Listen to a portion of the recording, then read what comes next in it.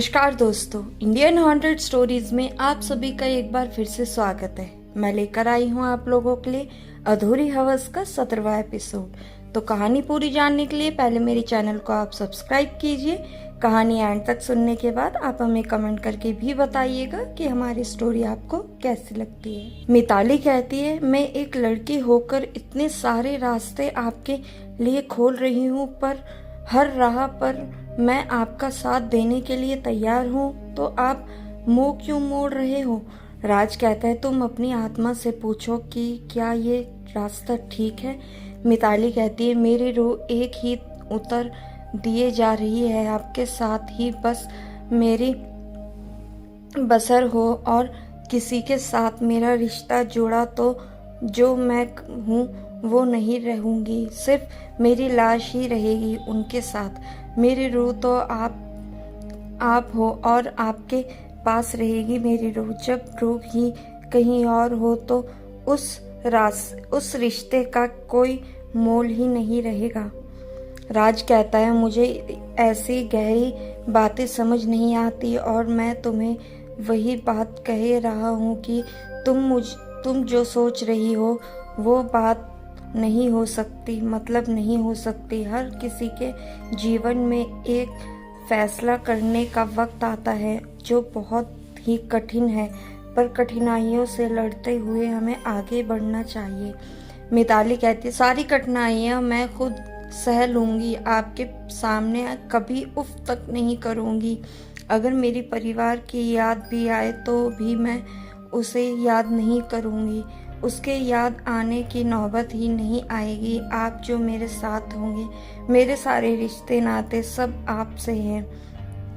आज तक जिन रिश्तों में बड़ी हुई हूँ वो सारे रिश्ते मुझे आप में ही अनुभव कर रही हूँ, तो आप खुद ही पूरा परिवार हो। ये बात आपके भेजे में क्यों नहीं जाती? रोते हुए गुस्से में बोलती है मिताली। राज कहता है, सब बात समझ भी रहा हूँ और हालात क्या होंगे वो बात को भी समझ रहा हूँ, पर तुम नहीं देख पा रही हो तो जो मैं देख पा रहा हूँ। मिताली कहती है, तो पूरी बात मुझे अवगत कराएं, मैं क्या भूल रही हूँ वो समय आप नहीं समझाएंगे जो तुम समझ कैसे सकूंगी? राज कहता है, आज नहीं, तुम्हें अभी स्वस्थ होना होगा। तुम कल से कुछ सोई नहीं हो, तुम्हें आराम की ज़रूरत है। तुम्हें पहले ठीक होना होगा, फिर हम फैसला करेंगे, पर ऐसे नहीं। तुम बेफिक्र रहो, मैं हमारे सब के लिए सही फैसला करूंगा। मिताली कहती है, पक्का ना आप जल्द ही फैसला लेंगे? राज कहता है, हाँ पक्का वाला प्रॉमिस, कह के राज मिताली के माथे को चूमता है।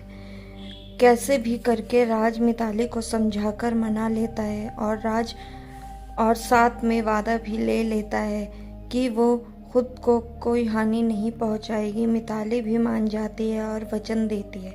बाद में राज मिताली को उसके गांव छोड़ने जाता है। मिताली को वहां छोड़कर आकाश और राज वहां से निकल जाते हैं। घंटों तक राज कुछ बात नहीं करता। आकाश के कितना पूछने पर भी वो चुप सा किसी बड़ी सोच में ही लगा रहता है। आकाश बात को भाप लेता है। होटल देखकर वहां कार को रोक लेता है। फ्रेश होके कॉफ़ी का ऑर्डर करते हैं और फिर राज कहता है कि मिताली किसी की भी बात को समझने के लिए तैयार ही नहीं है। उसे कौन सी भाषा में बात करके दिमाग में बात घुसाऊं, कोई रास्ता ही नहीं दिख रहा। भाई, आपको ऐसा नहीं लगता कि आपको उसकी कुछ इच्छाएं पूरी करनी चाहिए? मेरी बात आप समझ रहे हो ना, मैं किस तरफ इशारा कर रहा हूँ? आप इस रिश्ते में पहली बार या मर्यादा में रहे हैं, वरना मुझे लगता है कि उसी की वजह से उसकी झटपटाहट बढ़ती जा रही है। आपको सीमा लांघ लेनी चाहिए। आपका यही रवैया उसको ज़्यादा उत्तेजित करता है आपके प्रति। क्या आपको ये समझ नहीं आ रहा? समझ तो आ रहा है, पर मेरा ज़मीर मुझे इजाज़त नहीं देता। मेरे दिमाग ने कई बार फैसला किया, पर उसके पास जाता हूँ और उसकी आंखों में आंखें डालकर देखता हूँ तो मैं जो सोचा होता हूँ वो सब भूल जाता हूँ। तो फिर तो आपको उसको अपनाने को सिवा कोई रास्ता नहीं है। आज उसकी हालत देखकर तो मैं भी डर गया था। हाँ, मैं भी, पर अब वक्त डरने का नहीं, पर डर भगाने का वक्त आ गया है सबका। करते हैं कुछ, अब जो मुझे मंजूर होगा वही। अब हम चाहेंगे सब बदलेंगे, सारे रिश्ते बदलेंगे। जितने बुरे सबसे ज़्यादा अब हमें बुरे सब समझेंगे। हमें कई लोगों के दिल में अब हमें छुरा भोंकना होगा। इतना कह के वहाँ से उठ जाता है और अपने शहर जाने की ओर निकल पड़ते हैं। रास्ते में मिताली से भी फ़ोन पर बातें होती रहती हैं। दोनों में बातों का सिलसिला रोज़ जारी ही था, पर मिताली की बातों में अब जिद ज़्यादा नज़र आती थी। प्यार की जिद, साथ ही जिद। आपने कहा है मुझे, आप कुछ ना कुछ रास्ता निकालेंगे। लड़ाई भी हो जाती थी कभी कभी इस बात पर। फिर एक दिन तो मिताली ने अपना आपा ही खो दिया। मिताली बोलती है, देखो आप कहते हो पर कुछ करते ही नहीं हो, लेकिन अब बस आप मुझे साफ साफ बताएंगे कि आपके दिमाग में आखिरकार चल क्या रहा है। राज बोलता है, कुछ तो नहीं चल रहा है। मैं रास्ता ढूंढने की हर तरह से कोशिश कर रहा हूँ, पर कोई रास्ता सूझता ही नहीं। मिताली कहती है, अब कोई रास्ता ढूंढने की कहाँ ज़रूरत है, जो करना है वही करना है। राज कहता है, ऐसा नहीं होता, तुम अभी भी छोटे बच्चे की भांति ही सोच रही हो। मिताली कहती है, 3 दिन के बाद मेरे परिवार वाले उन लोगों के घर जाने वाले हैं। उनके पहले आपको मुझे लेके जाना है। राज कहता है, ये नहीं हो सकता। वैसे भी मैं शादीशुदा हूँ और दूसरी शादी करना गुनाह है हमारे देश में। ये बात तो तुम अच्छी तरह से जानती हो। मिताली कहती है, मैं वो कुछ नहीं जानती, मुझे आपके साथ ही अपनी ज़िंदगी गुजारनी है बस। हम कहीं भाग जाएंगे। राज कहता है, सब कुछ छोड़कर फिर क्या करोगे? वहाँ प्यार से ही पेट नहीं भरेगा और काम धंधा भी ज़रूरी है। और कितने दिन छुपते छुपाते भागते रहेंगे हम दोनों।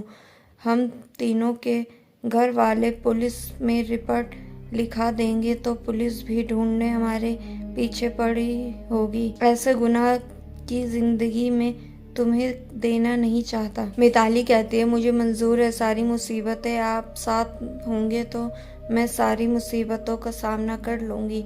राज कहता है, कहना बहुत आसान है, पर जब गुजरती है तो तेल निकल जाता है अच्छे अच्छे का। मिताली कहती है, मतलब सीधा है कि आप मुझे शादी करने को ही कहते हैं? गोल गोल बात क्यों कर रहे हैं? सीधे मुंह से क्यों नहीं कहते? मुझसे जान छुड़ाना चाहते हो? इतने दिनों से मैंने अपना फैसला सुना दिया था आपको, पर आप हैं कि घुमाए ही जा रहे हो। थोड़ा ऊंचे आवाज से बात करने लगती है। उधर राज भी उसी आवाज में कहता है, हाँ यह ही समझो बस। मिताली रोने लगती है। रोते रोते मिताली बोलती है, आपको शादी नहीं करनी तो ठीक है, मत कीजिए। मैं नहीं चाहती कि आप पर कोई कानूनी कार्रवाई हो, मेरे कारण आप पर कोई मुसीबत आए। आप है ना, एक काम करिए, मुझे अपनी रखेल बना लीजिए। इतना सुनते ही राज फोन में जोर से चिल्लाता है, पर मिताली बोले जा रही थी, मैं आपको भारी नहीं पड़ूंगी, मैं अपना खर्चा खुद उठा लूंगी, आपको कभी नहीं कहूंगी खर्चे के लिए। आप 24 घंटे मत रहना मेरे साथ, आप रात को मेरे साथ रहना छोड़ो, रात को भी नहीं, बस दो दिन में मिलने आना। 2 दिन भी अगर आप ना आ पाओ तो हफ्ते में एक दिन दे देना, मुझे चलेगा, मेरे लिए इतना ही काफ़ी है। राज बोलते तुम क्या बोले जा रही हो, तुम्हें ये बात है क्या गुस्से में कही जा रही हो, तुम्हें अंदाज़ा भी है?